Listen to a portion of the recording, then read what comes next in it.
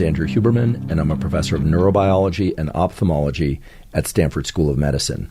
Let's talk about neuroplasticity. More specifically, let's talk about how we can optimize our brains. Neuroplasticity is this incredible feature of our nervous system that allows it to change itself, even in ways that we consciously decide. Now, that's an incredible property. Our liver can't decide to just change itself. Our spleen can't decide to just change itself through conscious thought or through feedback from another person.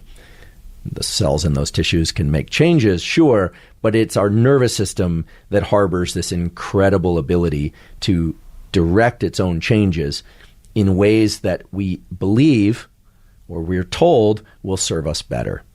Today's podcast is really directed toward answering your most common questions and the bigger theme of how does one go about optimizing their brain or even think about optimizing the brain. What is this thing that we're calling optimizing the brain? In doing so, I'm also going to share some of my typical routines and tools. I share them because many of you have asked for very concrete examples of what I do and when, and so I want to open up the discussion today by emphasizing something that's fundamentally important, which is that plasticity is not the goal.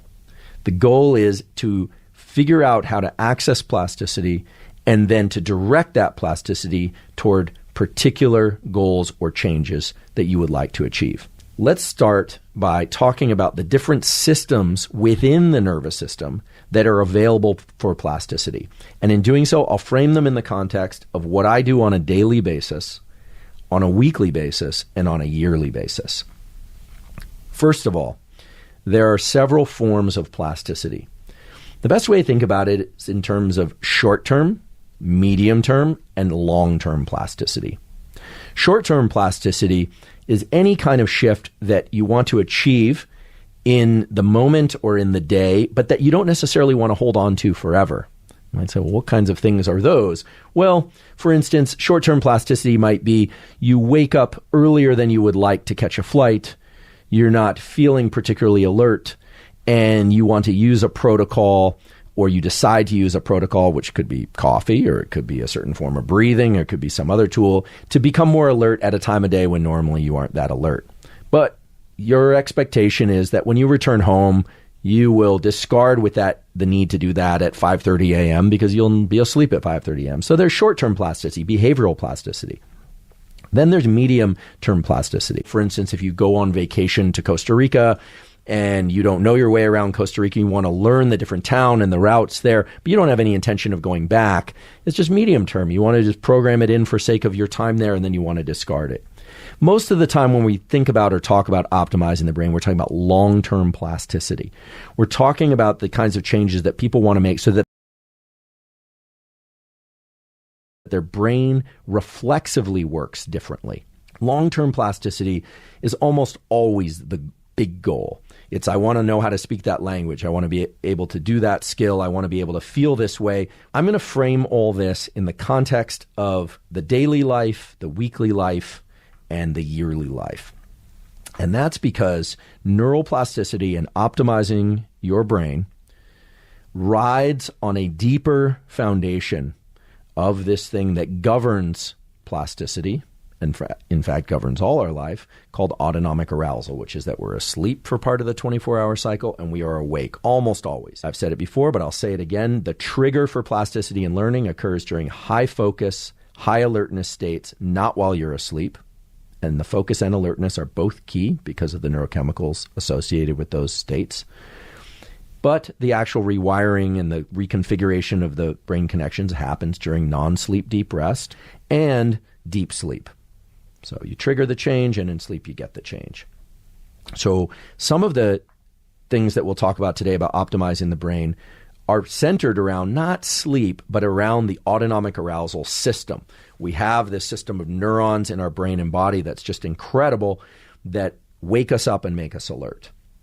And when we're not accessing that system well, we cannot access plasticity. We cannot optimize our brain. Likewise, if we cannot sleep well and we can't rest well, we will not access plasticity and rewire our brain, because that's when the actual configuration between the connections occurs.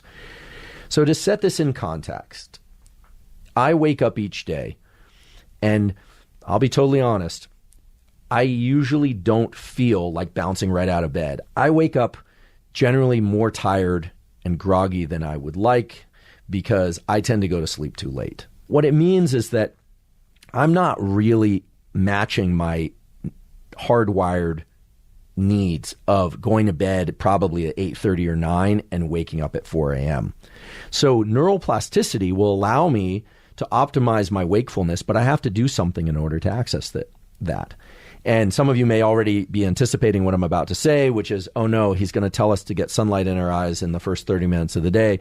I am going to tell you to do that, but I'm going to also tell you two things that I have not discussed before, which relate to the plasticity between the melanopsin cells, these sunlight detecting, bright light detecting cells in our eye, and the circadian clock. I've never said this before in this podcast, but it turns out that the connections between these melanopsin cells and the circadian clock are plastic throughout the lifespan. So there's an opportunity for short-term plasticity. So that's why I view sunlight first thing in the day. It helps me wake up.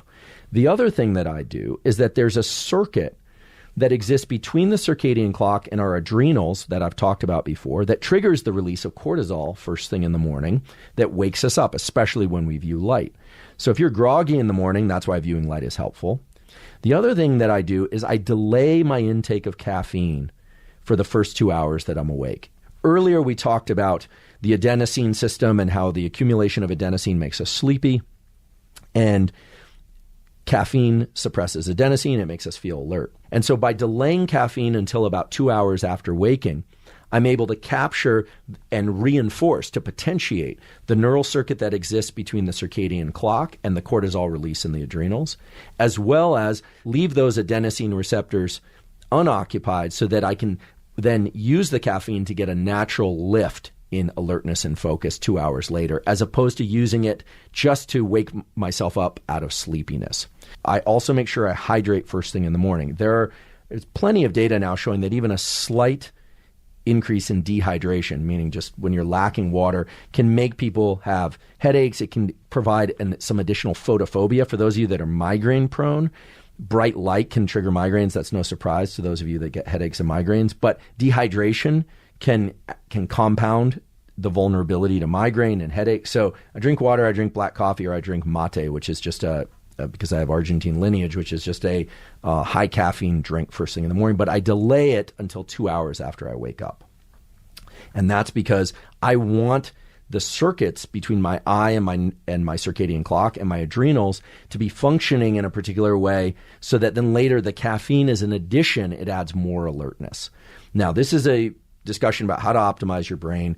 Many people who wake up quickly and just naturally feel like bouncing out of bed, I envy these people, they will do just fine by going into a learning bout or taking care of whatever it is that they need to take care of. Sometimes that's kind of more mundane tasks like email or and whatnot. Here's a more or less a rule about how the brain functions vis-a-vis focus, learning, and creativity. Generally, states of high alertness, when we're very, very alert, are great for strategy implementation, the sort of thing that we are very good at when we're well rested and we're focused, and our autonomic arousal, or our alertness rather, as it is at a high level. If you are somebody who is hitting that alertness phase of your day very early, right after you wake up, that's a great time to move right into things that, at least the research says, you already know, have the strategy, and you just want to implement the strategy.